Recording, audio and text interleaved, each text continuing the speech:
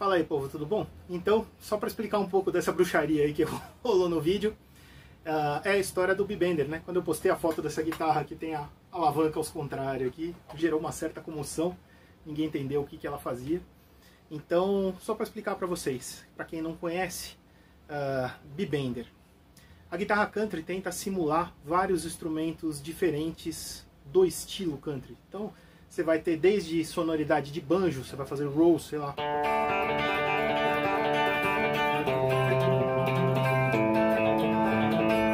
É uma possibilidade, é uma linguagem específica. Outro instrumento que a gente tenta simular é a pedal steel.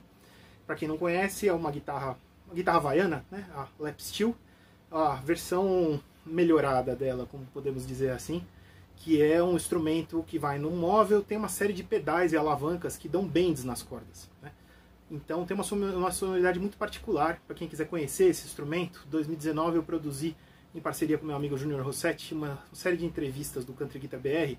Tem uma específica do Alex Fornari e do Adair Torres, que é uma das grandes referências da pedal steel aqui no Brasil. Nessa entrevista ele mostra todo o funcionamento desse instrumento. Então procurem no YouTube, no canal do Júnior, do Ao Vivo Lá em Casa. Enfim, um jeito que os guitarristas acharam de country de tentar simular essa sonoridade é através de uma técnica chamada Behind the Nut Bend. Consiste em você dar bends atrás do nut.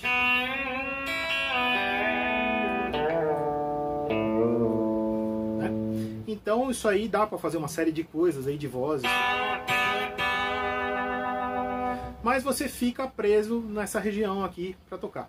Então, eu imagino que tenha sido na década de 70, dois caras de uma banda chamada Birds, o Parsons e o Clarence White, né? O Gene Parsons era o batera, o Clarence White era um guitarrista que estudava muito estilo country. Estava fazendo uma gravação e precisou de ajuda de alguém apertar o bend aqui enquanto ele fazia uma frase aqui embaixo. Ele chegou para o batera, que era ferramenteiro, e falou: pô, eu queria muito um mecanismo que eu pudesse fazer esse tipo de sonoridade e ficasse enfiado dentro da guitarra, né? Então aí surgiu o tal do B-Bender, que é uma série de alavancas distintas, né, de mecanismos de alavanca que vão por dentro da guitarra, que fazem, através da correia, o funcionamento mais padrão, através da correia, você conseguir dar um bend de um tom ou de outro intervalo que você quiser na corda Si. Então, a guitarra tem uma série de molas enfiadas aqui dentro, a corda Si vai presa aqui, em vez de ficar presa na ponte, e quando você abaixa aqui, faz uma tensão na alavanca, você tem esse bend de um tom, né? E aí você pode fazer uma série de coisas com isso aí, como eu mostrei na introdução. Você pode fazer frases, né?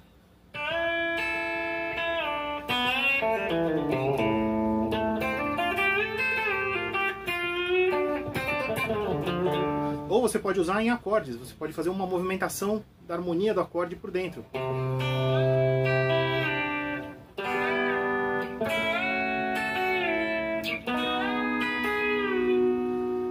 Então essa é a história do B-Bender, né? Você tem N fabricantes, N mecanismos e tal, mas o pedal steel tem uma série de alavancas e ele faz isso com várias cordas. Então você tem alguns guitarristas lá começaram a tentar fazer esse mecanismo em mais de uma corda. Então aí surgiram as Double Benders. São guitarras que têm dois mecanismos de bend simultâneos. Você tem algumas formas diferentes de trabalhar com isso, por exemplo. Uma Double Bender, um formato famoso, que quem desenvolveu foi o Joe Glazer, lá de Nashville. Além de você ter aqui, né, o Si, você pode, por exemplo, ter uma alavanca do Sol aqui. Isso aqui vai preso no cinto. Então você faz uma movimentação da guitarra para frente. Isso é uma configuração comum de Double Bender. Para quem quiser ver caras usando muito bem esse tipo de recurso, procura o trabalho do Jimmy Olander. Ele tem o Jimmy O Show, guitarrista da banda Diamond Reel. Ele é um cara que domina profundamente esse tipo de configuração.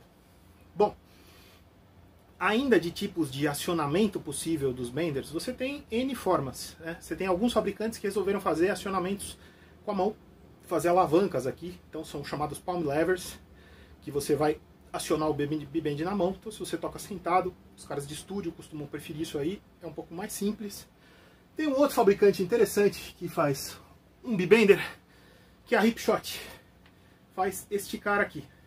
Isso é um B-Bender menos agressivo, para você não ter que furar a guitarra, né, para instalar. E o que rola? ele tem um negócio que eles chamam de hip lever. É uma alavanca que vai presa a essa alavanca aqui. Você toca e quando você empurra isso aqui com o quadril, você tem o efeito do bend. E o barato deste mecanismo aqui é que ele é todo modular. Então você pode jogar esse bender em qualquer corda que você quiser. Essa aqui ainda tem um dispositivo de drop para ré aqui também.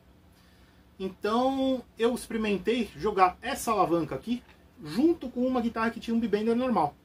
E eu gostei do acionamento, porque na verdade, apesar de ter o hip, é um negócio diferente, você não fica grudado, né, preso na guitarra como o outro mecanismo lá, que você vai estar preso no cinto.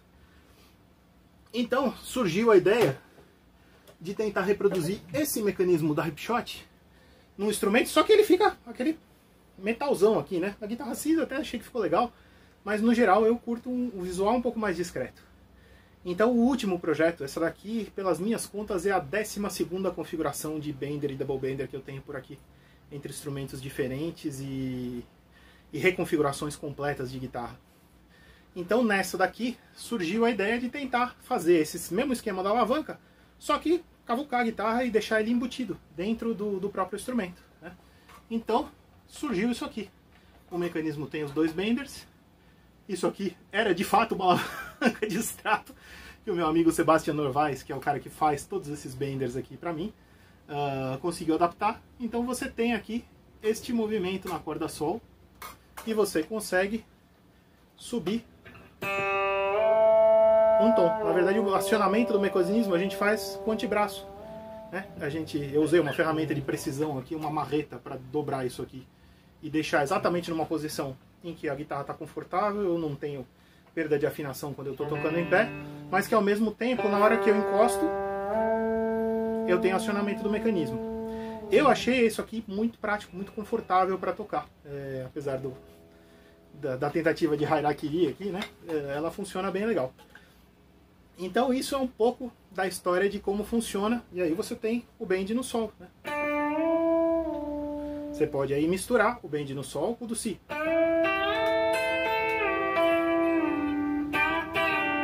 Você ainda pode tentar fazer coisas pararem, por exemplo, o Sol no meio tom,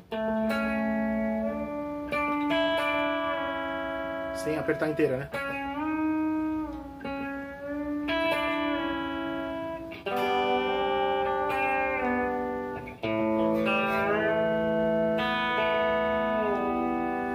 Então dá para fazer inúmeras coisas diferentes aqui com isso aí, como eu mostrei nos teminhas do começo.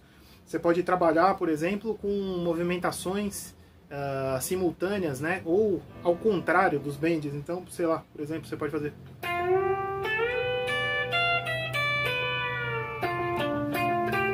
Aqui, ó, eu vou subir o Sol. E agora eu vou descer o Sol e subir o Si. Então, é um brinquedo extremamente divertido, te leva a ideias diferentes. Eu uso muito em base durante o show para fazer essas movimentações de acorde. Em solos, isso aqui gera uma sonoridade toda particular, né? Então, para quem ficou curioso, isso é um pouquinho o resumo aí de 10, 11 anos de pesquisa com B-benders, G-benders, double benders, um monte de instrumentos, e aonde eu tô na configuração atual, tá bom?